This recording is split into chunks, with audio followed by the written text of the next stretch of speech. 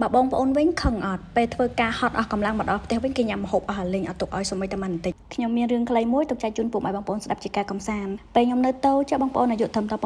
8ឆ្នាំអីគឺខ្ញុំចេះធ្វើម្ហូបស្ទាត់តែបើតាមខ្ញុំចាំមិនខុសទេពេលហ្នឹងខ្ញុំប្រហែលជាអាយុ7ឬក៏8ឆ្នាំគ្រួសារខ្ញុំកំពុងតែស្ទូងស្រូវហើយម៉ាក់ក៏ប្រាប់ថាកូនឯងទៅផ្ទះដាំបាយធ្វើម្ហូបមុនទៅពេលរួចគឺពួកយើងទៅហូបបាយជុំគ្នាទាំងអស់គ្នាអ្នកផ្ទះខ្ញុំចូលចិត្តញ៉ាំពេញប៉ោះជ្រក់ណាស់បងប្អូនដាក់ជាមួយនឹងទឹកត្រីដែលម៉ែខ្ញុំបន្ទុំធ្វើដោយផ្ទាល់ដៃពេលដែលរៀបចំដាំបាយធ្វើម្ហូបរួចហើយខ្ញុំក៏ត្រឡប់មកស្រែវិញដើម្បីផ្លាគោផ្លាកាបីហើយក៏ចាំស្រែផងដែរអញ្ចឹងឲ្យប៉ាម៉ាក់ប្អូនទៅផ្ទះញ៉ាំបាយមុនពេលដែលខ្ញុំមកញ៉ាំបាយក្រោយគេបងប្អូនបើកមើលម្ហូបគឺអស់រលេងអត់មានសល់បន្តិចខំមែនតើខំដាច់ក្បាលដាច់កតុយហ្មងព្រោះហត់ហើយឃ្លានហើយមកដល់អត់មានម្ហូបសំខាន់ម្ហូបហ្នឹងគឺម្ហូបដែលយើងធ្វើទៀតអត់បានភ្លក់មួយម៉ាត់មកដល់អស់លេងសួរថាអ្នកណាមិនខឹងតែខ្ញុំខឹងបានត្រឹមមុខកមើហើយខឹងនៅក្នុងចិត្តទេហើយក៏សួរម៉ាក់តាមត្រង់ថាម៉ាក់ម្ហូបកូនធ្វើទៅណាអស់មិនអត់ទៅឲ្យកូនញ៉ាំអញ្ចឹងជាទូទៅខ្ញុំខឹងខ្ញុំមកដែរមាត់ធំមាត់តូចជាមួយគ្រួសារខ្ញុំឯងការខឹងនេះគឺខឹងព្រោះឃ្លាននៅពេលដែលយើងធ្វើការហត់អស់កម្លាំងមកដល់ផ្ទះអត់មានម្ហូបហើយសំខាន់ម្ហូបដែលយើងធ្វើគឺគេត្រូវញ៉ាំអស់លេងអត់ទុកឲ្យសូម្បីមិនបន្តិចក៏ប៉ុន្តែម៉ាក់ខ្ញុំឆ្លាតគាត់យល់ពីស្ថានភាពគាត់ជួយសម្រួលកំហឹងរបស់ខ្ញុំគាត់ក៏ប្រាប់ថា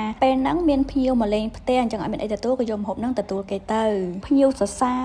រម្ហូបហ្នឹងសួររួមមុខអ្នកធ្វើម្ហូបគាត់សួរថាអ្នកណាគេធ្វើម្ហូបអីក៏ឆ្ងាញ់ម្ល៉េះហើយម៉ាក់ខ្ញុំក៏ឆ្លើយអួតប្រាប់តែគេវិញថាកូនស្រីខ្ញុំអាយុតែ7 8ឆ្នាំទេចេះធ្វើម្ហូបឡើងឆ្ងាញ់ហ៎ឯខ្ញុំនេះស្ដាប់ហើយក៏បន្ថយកំហឹងឈប់មុខក្រញើយល់ព្រមញ៉ាំបាយជាមួយពងទាទឹកត្រីម្ទេសទៅគ្រាន់តែបន្ថយកម្ដៅនៃការខឹងណាបងប្អូននៅតែខឹងដដែលហើយក៏ញ៉ាំបាយបដាគិតក្នុងចិត្តបដាគេនាំគ្នាញ៉ាំម្ហូបខ្ញុំអស់ដោយសារឆ្ងាញ់អញ្ចឹងមានន័យថាស្នាដៃខ្ញុំរីកចម្រើនហើយខ្ញុំធ្វើម្ហូបឆ្ងាញ់អូពេលដឹងតែខ្លួនឯងធ្វើម្ហូបឆ្ងាញ់ក៏អារម្មណ៍សប្បាយចិត្តហ្នឹងក៏កាត់ឡើងវិញហើយក៏ឈប់ខឹងទៅបងប្អូនរឿងមួយនេះគឺខ្ញុំនៅតែចាំរហូតចាំអត់ភ្លេចទោះបីជាច្រើនឆ្នាំទៅមុខក៏ដោយវាចាត់ទុកថាគឺជាមេរៀនដ៏ល្អមួយទាក់ទងទៅនឹងការបង្ក្រាបភាពខឹងរបស់យើងបងប្អូនការខឹងក្រោតទាំងអស់ហ្នឹងវាប្រៀបដូចជាអារម្មណ៍អវិជ្ជមានវាប្រៀបដូចជាទឹកកខ្វក់មួយកែវអញ្ចឹងដើម្បីលុបបំបាត់តតែយើងយកទឹកស្អាតយកអារម្មណ៍វិជ្ជមានចាក់បញ្ចូលវារហូតតទៅពេញរឿងអត់ស្ដាច់សន្មតថាចប់ត្រឹមប៉ុណ្ណេះហើយក៏សូមអរគុណពុកម៉ែបងប្អូនដែលចំណាយពេលវេលាដ៏មានតម្លៃស្ដាប់រឿងខ្ញុំដល់ចប់ចឹងពុកម៉ែបងប្អូនណាដែលស្ដាប់ដល់ចប់ខ្លះសូមខមមិនម្នាក់មួយផង